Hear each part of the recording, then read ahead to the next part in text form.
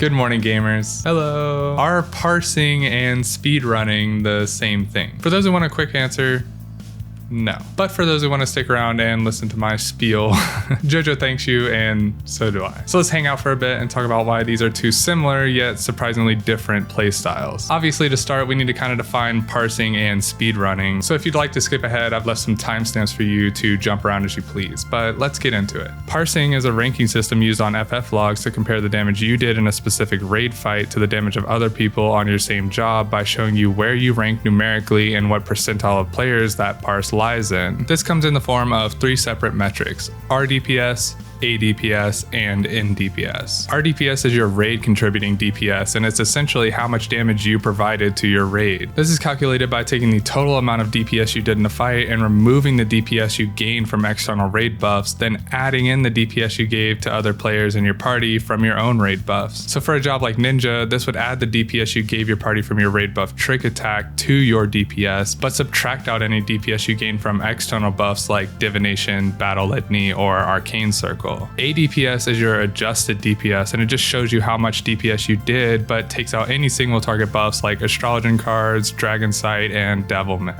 And finally, NDPS is your neutral DPS, and is basically just the raw DPS you did with the DPS you gained from external buffs removed. So in the case of Ninja, again, this would not add on any DPS you gave the raid from Trick Attack, and it would not add any damage you gained from the external raid buffs in your party. And for a job like Samurai, who doesn't have any raid buffs, your NDPS will be the same as your RDPS. Now these are important because this is essentially the bread and butter of parsing, but it also gives an insight as to how speed teams consider what job to bring to a fight based off the various metrics, and how much each job is able to contribute to raid buffs, as well as how much each job's own personal raid buff gives the raid team. So moving on to the definition of speeding. Speeding is that thing that we sometimes do on the highway. Speeding is also a ranking system on FF logs, but in the context of raiding refers to killing a raid boss as fast as possible in a team setting. And speed teams do this by combining jobs that synergize well and do a lot of damage under each other's raid buffs. So if you look at the literal definition of DPS, or how much damage you are doing per second, it's easy to draw the correlation between parsing and speed since they both depend upon DPS. And in order to speed, your damage needs to be high for your entire team, thus you would hypothetically be able to speed and simultaneously parse since your DPS is high. But while this is an easy conclusion to come to, this isn't quite the full picture and is not necessarily true. Parsing and speeding are generally not dependent upon each other, and here's why. In order to parse, you want the boss to die right after you finish using your biggest cooldowns for the last time in a fight. Or in other words, on a job like Samurai, for example, you want to be able to use your cooldowns as they become available, and you want the boss to die right after you finish your burst in an even minute window, since the majority of Samurai's burst depends upon their 2-minute cooldowns. So let's take a look at P4S Part 1 as an example, because I think this may help show you why this is so important in parsing. And yes, I'm going to steal my timeline from my last video because, well, I'm proud of it, and I think it'll help get the point across. If you look through the top Samurai parses for P4S Part 1, you will see that most of the kills happen around the 620 mark. Now, in a standard rotation for Samurai, the main chunk of Samurai's burst happens within, well, the first 20 seconds of the fight. So if we're using our cooldowns on pull, and as they become available throughout the fight, we'll get 4 uses of these 2-minute cooldowns, and the boss will die right as we finish doing our 4th even minute burst in the 6-minute window without us having to hold any cooldowns or have any real filler. And if we look at a graph of Samurai's damage over the course of this fight, we'll see that a 620 kill results in a nice peak kill time, and there's no extra downtime between the even minute windows because we are able to not have to worry about losing a use from the boss dying too quickly. But in a speed setting in P4S Part 1, the boss is going to die much faster than 620. In fact, my speed team's estimating this boss can die at about 530 to 545. So a Samurai in a speed setting is going to lose an entire use of an even minute burst window, and they're going to have around 30 to 45 seconds of downtime where they're just kind of doing their 1-2-3 rotation no matter where they end up shifting their last use of the 2-minute cooldowns. So this results in a Samurai only getting 3 uses of their even minute burst, and in order for the Samurai to get the most effective use of their cooldowns without adding any downtime to the boss, would have to die die at the 4-minute and 20-second mark, which is just completely unrealistic. Thus, we end up with the comparison of a samurai with a 620 parse kill with 0 downtime and 4 uses of their highest potency abilities to a samurai with a 545 speed kill with about 30 seconds of downtime and only 3 uses of their highest potency abilities. And this is where just one of the deviations between parsing and speeding come into play, since we now have an extra constraint on our playstyle: time. So I hope you can obviously see the reason as to why a fight like P4S Part 1 would be a hard fight to parse for a samurai that's only focused on speeding, since they're at a heavy disadvantage just due to the nature of the kill time and the cooldown usage they will get across the fight. But let's go into another reason, and in my opinion the most important reason why parsing and speeding are different. That reason being mindset. Parsing in nature is a selfish playstyle, thus you want to be able to get the most out of your job that you possibly can without a care as to what is happening to the rest of your team outside of kill time and your own buff window if you are an RDPS job. Speeding in nature, to be blunt, doesn't really care about you. You are there for the team, and this results in you having to play in a more selfless manner to accomplish the goal kill time your team has in mind. And sometimes that goal kill time will not work out in your favor for parsing. So when we look at these two in a side-by-side comparison of just playstyle and mindset, while they do have a bit of crossover with regards to playstyle, they drastically vary in execution and overall principle. In a parse setting, your number one priority is to maximize your damage output, no matter the cost. But in a speed setting, your number one priority is to maximize your team's damage output, which sometimes results in having to make sacrifices to your own personal optimization. And those sacrifices in a speed setting will come at the cost of inoptimal kill times, buff alignment that may not necessarily be extremely great for you, but optimal for the rest of your party, having to add filler to your rotation to gain extra potency under raid buffs, or sometimes wiping a god run because the overall DPS of the group is low. So while there are fights that offer a speed kill at an optimal kill time, the parses achieved from a speed kill are more of a bonus to the speedrunner rather than the overall objective of the group. So I hope this video was able to give you an idea of the differences between parsing and speeding. As always, if you have any questions or need clarification on anything, feel free to leave a comment below, drop by one of my Twitch streams, or join my Discord server, and I'd be happy to answer what I can.